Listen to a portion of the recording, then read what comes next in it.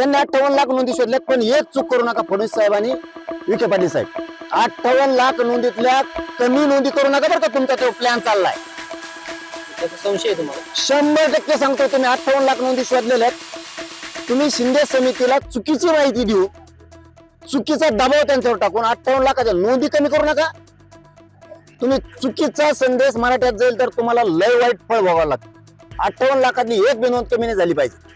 तुमची ती प्रक्रिया सुरू आहे सध्या की 58 लाखातल्या नोंदी किती कमी होते म्हणजे ते शोध देतात आणि तुम्ही कमी करता का?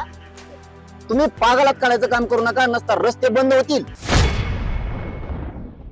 मराठ्यांनी विखे पाटलांवरती विश्वास ठेवला होता. फडणवीस साहेबांच्या सांगण्यावरून म्हणतोय मी. फडणवीस साहेबांनी सांगितल्याशिवाय भाजपच्या एकाही मंत्र्याचे टप्पर नाही व्यासपीठावर यायची. एवढं दडपण आहे त्यांचं त्यांच्यावर. तरीही मी ते आलेत. आम्ही फडणवीस साहेबांनी त्यांना सांगितलं म्हणून विश्वास ठेवला. काय चूक केली मराठ्यांनी? काय चूक केली? विश्वास ठेवणं पाप केलं का? आम्ही तुमच्यावरती सत्ता सोपवली. काय राव तुम्ही येड्यात काढायला लागलात या समाजाला. त्याच पोरांचे ऍडमिशन कॅन्सल व्हायला लागले. नोकरीतून तुम्ही व्हॅलिडिटी दिले तर नोकरीतून पोरं बाहेर पडाले. काय केलेली की बाई आमचं तुमच्या त्यांनी शिकू नये का? पर राज्यातला तुम्ही आता GR काढला. पर राज्यात का लागू केल्यानंतर राज्याच्या योजना कशामुळे नाही करायच्या? ईडब्ल्यूच्या पोरांच्या निवडी झाल्या. काय घेत नाहीत तुम्ही? भाजपचे पोर नाहीत का त्याच्यात? त्याच्यात शिवसेना राष्ट्रवादीचे पोर नाहीत का? एसीबीसीतून पोरांच्या निवडी झाल्या. PSI DYSP पासून पोर आहेत. महावितरण मधले पोर आहेत. त्या पोरांच्या निवडी 2014 पासून 19 पासून आतापर्यंत 26 पर्यंत काढल्या. का माझ्या मराठ्यांच्या पोरांना अधिकारी व्हायचा नाही का? त्याच्यात तुमच्या कार्यकर्त्याचं पोरगच नाही काही एक पण. मराठ्यांविषयी दुटप्पेपणा वागणूक तुम्ही बंद करा. नसता ह्यावेळेस लोक काय मराठ्यांचे आता पक्ष बघत नाहीत. कारण मी सत्ताधारी पक्षातल्या मराठ्यांना सुद्धा सांगतो, आधी समाजाला आणि तुमच्या लेकराला मिळू द्या आणि नंतर पक्षाचंच काम करा. पण पदरात पाडेपर्यंत पक्ष बघू नका. सगळ्यांना तुटून पडा नसता तुमच्या पोरांचं वाटलं झाल्याशिवाय राहत. मराठा आरक्षण मला आता 28 पर्यंत मी या विषयावर बोलत नाही. मी सगळं पोलखोलच करणार यांच्यात. फडणवीसांनी सांगितल्याशिवाय एकही मंत्री येऊ शकत नाही. हे अंतिम सत्य. केस मागे घेऊ. साधा विषय हो, केसेस मागे घे ना. हाणलं तुम्हीच. डोके फुडले आमचेच. आमच्या ह्या बहिणी रक्ताच्या थाळ्यात पडल्या आणि आमच्यावर तुम्ही 307 केला. इतकी मगरुरी, एवढी सत्तेत मगरुरी कधीच नसून आहे. हो, एक गोष्ट खरी आहे, तुम्ही मराठ्यांना हाताखाली धरावं, सगळ्या जाती धर्माला हाताखाली धरावं, सत्तेत यावं, पण आल्याच्या नंतर प्रश्न सोडावे त्यांच्या मुंडक्यावर पाय देऊन. मुंडके तोडू नये. मला दाखवा भाजपाच्या मुलाला मुलीला वाटत नाही का आम्ही अधिकारी व्हावं? ते सुद्धा त्यांच्या आईबापाला शिव्या देतात. आपली सत्ता असून ही परिस्थिती का आली आमच्यावरती? फीस भरायची नाही ताकद हो. बोलायला सोपं असतं, भाषण करायला सोपं असतं. ज्यावेळेस 5 आणि 10 लाख फीस भरायची वेळ येते ना, त्यावेळेस भाजपमधले लोक सुद्धा अंतरवालीत माझ्या इकडे येऊन बसतात. मस्त खऱ्या गोष्टी आहेत म्हणतात, पण काय करावं? काय करावं याचं उत्तर सगळ्या मराठ्यांना सांगतो. बंधनं तोडा, तर तुमची जात आणि तुमचे लेकर बाळ मोठे होणार आहेत. बंधनं तोडा, पक्षाच्या बाहेर या. तुमच्या लेकराला जातीला मिळाल्याच्या नंतर पुन्हा पक्षात घुसा. बस का? मराठा आरक्षण कक्ष स्थापन केल्याचं देखील त्यांनी म्हटलंय विखे पाटलांनी. 4 टाळके एकत्र आले म्हणून स्वतंत्र मराठा आणि कुणबी मंत्रालय स्थापन करायचं म्हणून तुम्ही स्थापन करत नाही. काय चुकीची मागणी केली मी? त्यांचं म्हणणं आहे 7-8-9 मंत्री ओबीसीचे आडवे पडायले. नाव हे मी 29 ऑगस्टला सांगत, आता घेत नाही. उगाच रोष कोणी कोणावर व्यक्त करू नका. ते म्हणले मराठ्यांना काय गरज आहे मंत्रालयाची? मी सांगितलं मग ओबीसीला काय गरज आहे?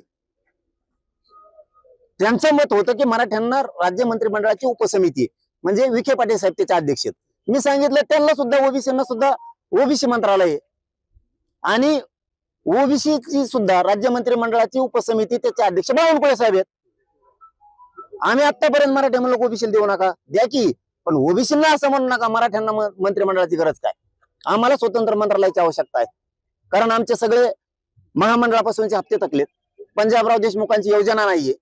पोरांना कुठं सुविधा एसीबीसीच्या मिळायला तयार नाहीयेत. आम्हाला स्वतंत्र मंत्रालय असलं तर आमचा कारभार आमच्या पोरांना त्या मंत्रालयातून हाकीता येईल आणि पोरांच्या फीस पासूनच्या सोयी सवलतीपासूनच्या सगळ्या मागण्या सुटतील म्हणून आमची ही मरमर चालू आहे. सारथीच्या सगळ्या योजना बंद केल्यात. त्याच्यात काय नुसते बाकीचे शेतकरी मराठीचे ऍडमिशन आहेत का? भाजप शिवसेना राष्ट्रवादी काँग्रेसचे ऍडमिशनच नाहीत का त्यांच्या पोरांचे? आपली एक चूक झाली, शेवटचं सांगतो, मराठ्यांची एक चूक झाली, आपण पक्षाला जास्त महत्व दिलं आणि बाकीच्यांनी काय केलं, आधी जातीला महत्व दिलं आणि नंतर पक्षाला दिलं, म्हणून त्यांना खूप मिळालं. इथून पुढे तरी मराठ्यांनी आता ही चूक करू नका. तुम्ही पक्षाला महत्व द्या, पण नंतर आधी जातीला, तुमच्या पोराला पोरीच्या पदरात सगळ्या योजना पाडून घ्या, आरक्षण पाडून घ्या आणि नंतर पक्षाकडे जा. तुम्ही सांगितलं तर फक्त एकच महिना वेळ द्या, आम्ही तुम्हाला 17 संस्थांचं गॅझेटियर देऊ. दिलं का? कोणत्या चुकीचं पाऊल आहे आमच्या मराठ्यांचं? मी नाही बघू शकत. तुम्हाला आता 29 ऑगस्टला कळत, ज्या मराठ्यांनी सत्तेवर बसवलंय तो किती आता तुम्हाला सवय पळ करतो. ते फक्त 29 ऑगस्टची दिवस उजेड देऊ नका. शेवटी काय असतं, भाजपमध्ये काम करणारा असू द्या, शिवसेनेत असू द्या किंवा राष्ट्रवादीत असू द्या, सत्ता जरी त्यांची असली, जरी श्रीमंत पक्षातल्या मराठ्यांना गरज नसतं आरक्षणाची, पण तुमच्या कार्यकर्त्याला गरज आहे. ती पोरगी चपलान हाणील ना तुम्हाला, कारण तिच्या बापानं या भाजपसाठी काम केलंय. तिच्या बापानं एक असं पोरग आहे की त्याच्या बापानं सुद्धा भाजपसाठी काम केलंय. आणि भाजपच जर आम्हाला आरक्षण देत नसेल तर आम्ही गप्पा बसायचं? आम्ही म्हणतो का सत्ता द्या आम्हाला? आम्ही तुम्हाला सत्तेवर बसवलंय, आमच्या लेकराला आरक्षण द्या, एवढंच म्हणणं आहे. इतकं तुम्ही टार्गेट केला मराठा समाज की तुम्ही प्रमाणपत्र पण निघू द्या. गप कसा बसल मराठा समाज तुम्हाला 29 ऑगस्टला दिसल. परवाच्याला माझ्या माहितीनुसार मुख्यमंत्री साहेबांनी, फडणवीस साहेबांनी ताबडतोब प्रतिक्रिया दिली, पेंडन्सी नाहीये अर्जाची. मी पेंडन्सी दाखवतो तुम्हाला, पाठवा तुमचा माणूस. कालच माझ्याकडं, मला वाटतं लाडसांगवी गाव आहे छत्रपती संभाजीनगर तालुक्यात आणि जिल्ह्यात, पडूळ आडनावाचे लोक आहेत, तिथं 7,000 लोक आहेत. त्यांच्या एकाचं चुलत्याला दिले, दुसऱ्याला द्यायनातच. का द्यायना? तर ते म्हणले तो म्हणजे याच्याकडे वावर आहे, ज्याची नोंद निघाली त्याच्या भावाकडे, याच्याकडे वावर नाही, फुकलं फिकलं असं पाहिजे, इकलं फिकलं असं. वावर नाही ही चूक आहे आमची? वावर नाही फक्त ही चूक आहे का? शेतकरी मराठा आहे, एखादा शेत मजूर आहे, लोकांच्या तिथे कंपनीत कामाला, त्याला वावर नाही म्हणून ते रोजन जातोय ना, त्याची काय चूक? त्याच्या पोरांनी शिकून अधिकारी व्हायचं नाही का? नोंद सापडली म्हणलं प्रमाणपत्र द्यायला हरकत काय? असे लाखांना उदाहरणं देतो, 1-2 नाही मी. तुम्ही अंतरवालीत या, आम्ही तुम्हाला उत्तर देतो सगळे समोरासमोर. मराठ्यांना पण कळू द्या, मराठी सांगते ही माहिती चुकीची का सरकार सांगतोय ही चुकीची, समोरासमोरात. आणि मराठ्यांना सुद्धा सांगतो पुन्हा एकदा, विखे पाटील साहेब, एक महत्वाचं सांगायचं राहिलं तुम्हाला. तुम्ही म्हणलात ना सगळं व्यवस्थित चाललंय, तुम्हाला 1 वर्षाचा काळ गेला,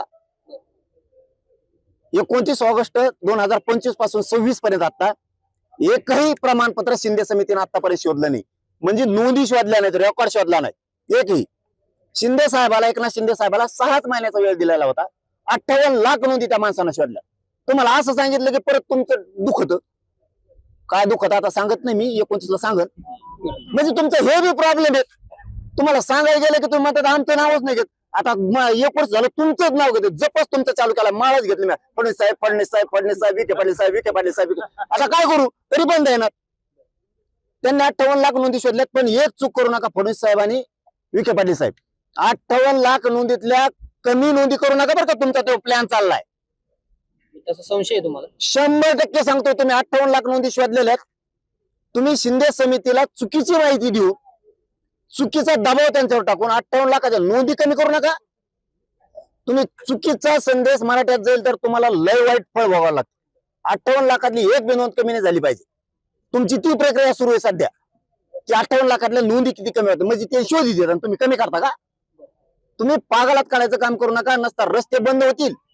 आणि मराठ्यांना सांगतो, ज्यांनी ज्यांनी अर्ज केले, ज्यांना नोकऱ्याला दिल्या नाहीत, एसीबीसीतून, ईडब्ल्यूएस मधून, कुणबी प्रमाणपत्राचे अर्ज दिलेत, यांनी अंतरवालीत येऊन बसा. प्रश्न सुटूस तर माघारी जायचं नाही, कारण प्रश्न सोडल्याशिवाय मी बी हटत नाही, तुम्हाला उठून देत नाही.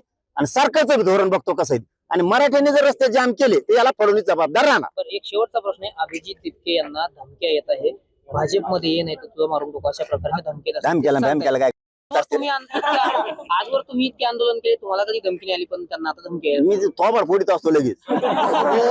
मी एवढा संत बी नाही. मग गरीब मराठ्यांचं कल्याण होतंय म्हणून मी आपलं चुचकरीत चाललो, उद्या देते बुवा, परादिशी देते बुवा, अशी वाट बघितली. आता वाट बघत नसतो, धमक्या दिले ना आम्ही सुद्धा थोबाड फोडीत असतो जागा, कारण आम्ही गोटे दगड याच्यातलेच आहेत. मग ते काय सांगायची गरज नाही, कसा कानापासून कसा जातो बुम.